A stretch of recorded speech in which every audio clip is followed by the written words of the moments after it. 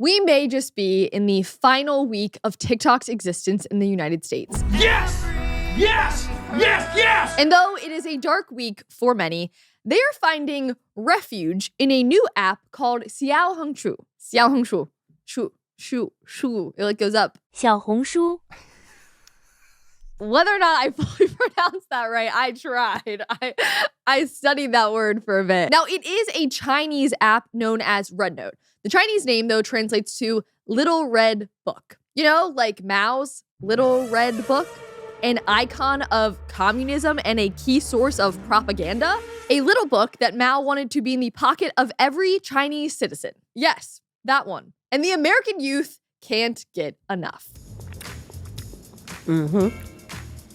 Now that's what I'm talking about. Why am I not surprised? Now throw a comment, like this video, and subscribe to this channel if you would like to provide us with a little sprinkle, a little glimmer of hope during this dark, dark week for Gen Z. Now, as a reminder from a previous episode, the Supreme Court is currently deciding whether or not a so-called TikTok ban is constitutional. The deadline is January 19th, since that is the day that TikTok is set to be banned across the US. That day is looming, and things are not looking good for TikTok. So TikTok users decided on a better place to move to. Another Chinese platform. Yeah, I feel pretty sorry for the next guy who looks at me funny. What about that guy? Two of them, actually. Rednote and Lemon 8. The apps aren't exact replicas of TikTok. They are similar to a combination of TikTok, Pinterest, and Instagram. And here's a taste of the more popular one, Rednote. Little Red Book. My disappointment is immeasurable. This is the app. The Chinese people are trolling everyone. They're saying, give me your data. They are trolling Americans on there. This is so funny. If you guys don't have the app yet, honestly, it's so wholesome. It's so cute there. If TikTok is going to be banned in the US, I want to be where the Americans go. I'm sorry. I want to be where everybody's going. So everyone's so nice on there.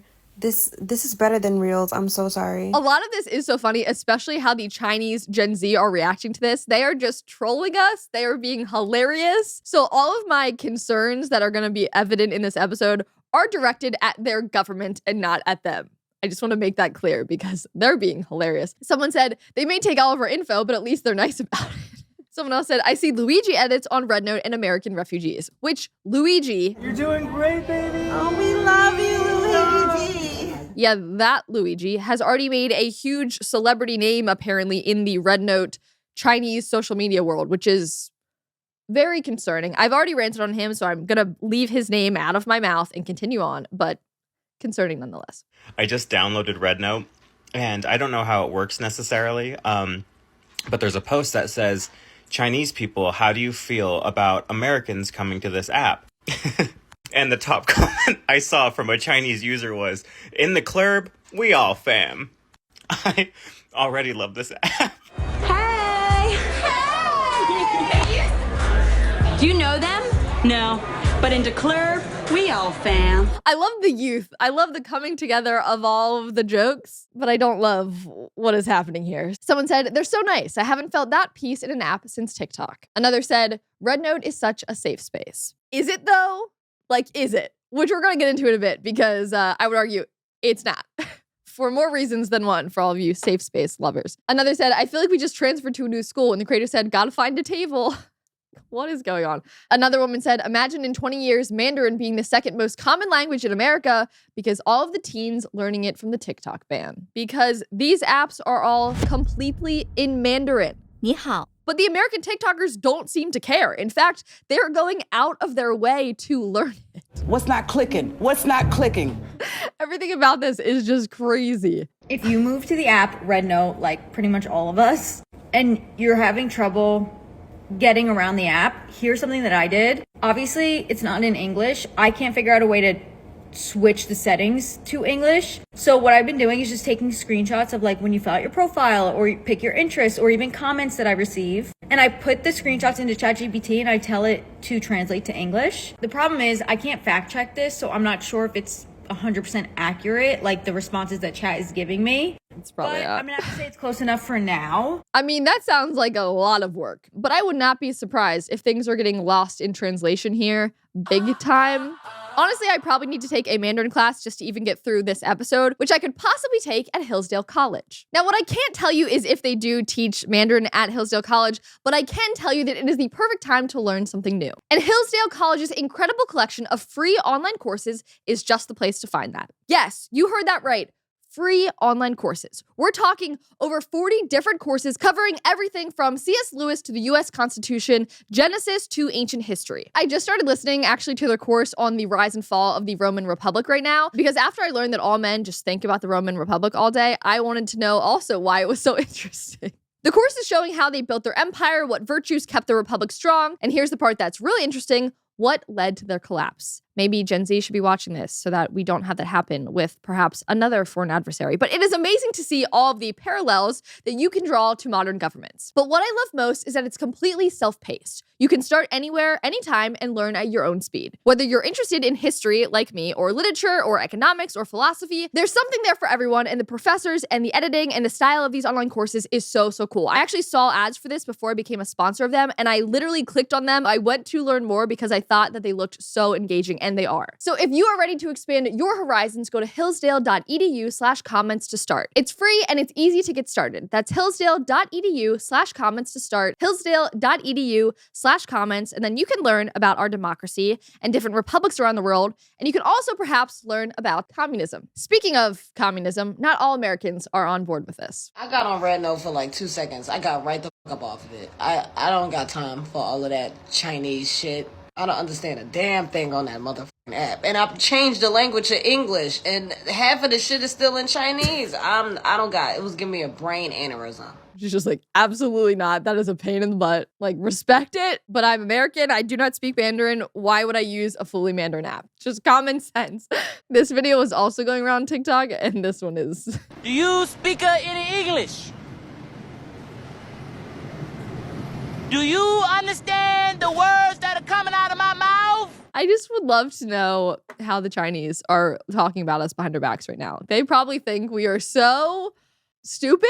I don't know if a foreign country just completely infiltrated my app, how I would feel about it. And all of them like talking in their own language, but then trying to understand my own. Like, it's so good. Someone said, I am dying. Good grief. I'll miss this app so much cheaper than therapy. Yeah, the good TikToks coming out of this are just elite. And again, if TikTok is gone on Friday, a dark day. Someone else said, why are we like this? I'm so proud of my generation. Another user said, the US government is going to start tweaking if everyone starts using this instead of TikTok. And a creator responded to that and said, well, the hope is that TikTok doesn't get banned. Because the whole goal of this is that TikTok is still saved. I see this sort of like a parent punished their children, and now the children are going out of their way to rebel against them as a form of retaliation. Damn it, screw you, Dad! Hence, all of the TikTokers fleeing to another Chinese-owned app. In the world of TikTok users, this is seen as the biggest gotcha to the government. And typically, I am all for showing the government the power of the people. So in a way, I do find this funny. That is until I realized that all of their efforts are in vain. But I enjoyed the videos nonetheless. I'm proud to say I'm one of those people that brought rednote to the very #1 spot. I find this to be one of the most comical middle fingers that we have ever given the government in all of time. You're gonna take TikTok? Don't mind me. We're gonna go on the actual Chinese version. Toodaloo. One person commented under that video and said, do we get a new spy assigned to us, or are they just transferring our original one? Oh, we're so unserious. My gosh, we are funny. I'll give us that. But just wait for it, because the irony with that is coming. I'm gonna show you guys part of this video. My husband watched the video though last night and was like, Reagan, this is unbearable. Like, please make it stop. So I'm just warning you that it's a little annoying, but she makes a couple points that I want to talk about. Imagine being Mark Zuckerberg spending $7.whatever million lobbying the United States government to pass a bill that bans an app because it's taking business away from it. Just to have the United States population mass migrate to the Chinese version I feel like she's being serious. I think she is laughing here, which is what's making me laugh. And give all of our attention and energy to the same country they're banning the app for. Now, I had been under the impression all along that this was being done for protection purposes only. I did not know, and I learned from this laughing lady, and then I researched it, that Zuck had any lobbying efforts to do with this new law. I looked into that claim further, and while Meta did spend money lobbying on matters of data security back in Q1 of 2024, which is right before the TikTok ban, I have not seen his name directly tied to the ban, so who knows? It's sort of a gray area, but it can be assumed that he did have a part in this, which wouldn't surprise me. Zuck is a wild card. Wild card, bitches! What? But if this is all just a business play rather than a protection of privacy, it does give me pause. Again, the irony, guys, it's coming. Please, please, please tell us about the irony. I'm sorry. This is too funny.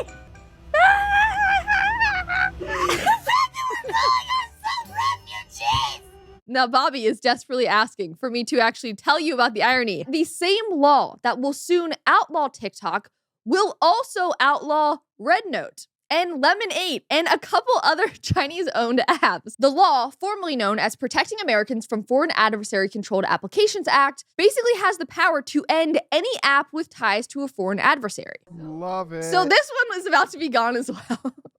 Did they not read the whole law before they're like, guys, here's the gotcha to the government. We're gonna head over to rednote. Rednote will be gone as well.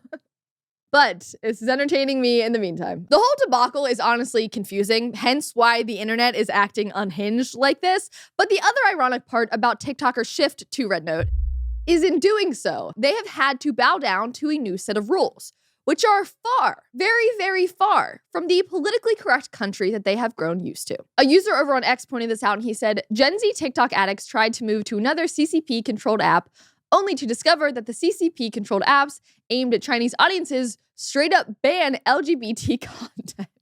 Not a safe space anymore, is it? He also showed an article that said what content is allowed on rednote. TikTok refugees have already noted harsh restrictions on rednote that have resulted in their content being removed or accounts being suspended, including for mentioning LGBTQ+ identities or for women wearing a slightly low-cut top. This is scandalous. Well, TikTok Dorothies, you're not in America anymore. And that too is becoming abundantly clear. Here's a girl like defending the Chinese culture, trying to be like, yo, you woke people who are about to be pissed off. Chill your roll a little bit. This is a different country that you're dealing with. Be nice, which I respect her for at least trying to get Gen Z to calm down. You know, like how everyone's like migrating to Xiaohongshu, which is like rednote. Before going over there, I just want to let you guys know that you guys have to be respectful, because as someone who's Chinese, I know there's some things in Chinese culture that's still in the process of being changed, so it's not as bad anymore. Like a lot of girls promote like being thin and unhealthy eating habits. Body positivity, watch out.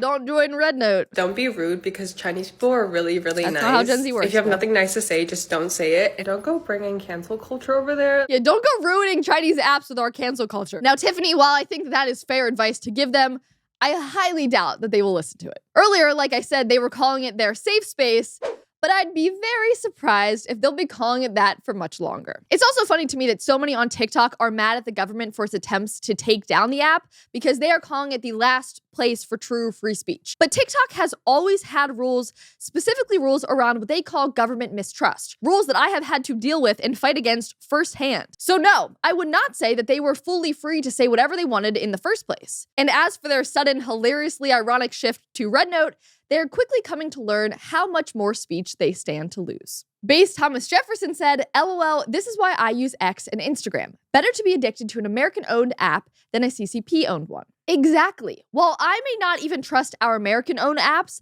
I certainly have no reason to trust apps owned by a communist government. Heck, I didn't even download it to do research for this episode because I could not bring myself to agree to whatever their terms of service would be. I do wish, though, that our own government would be a bit more clear as to why it is so important to remove TikTok. If it truly is a real security threat, show us how and get it sold and gone immediately. But my real question in all of this TikTok debate is, where the heck is Vine? I have been waiting for Vine to suddenly reappear on the scene just in time to save TikTok or to reinvent itself as the new TikTok before the majority of our youth cheerfully decide to hand over the remaining elements of privacy to China. Apparently, Twitter owned Vine. So when Elon bought Twitter, he also bought Vine. He has even teased reviving it for years now. But now is the time. If TikTok goes down, there is no better time for X to step up and revive the OG short-form video app like a phoenix from the ashes.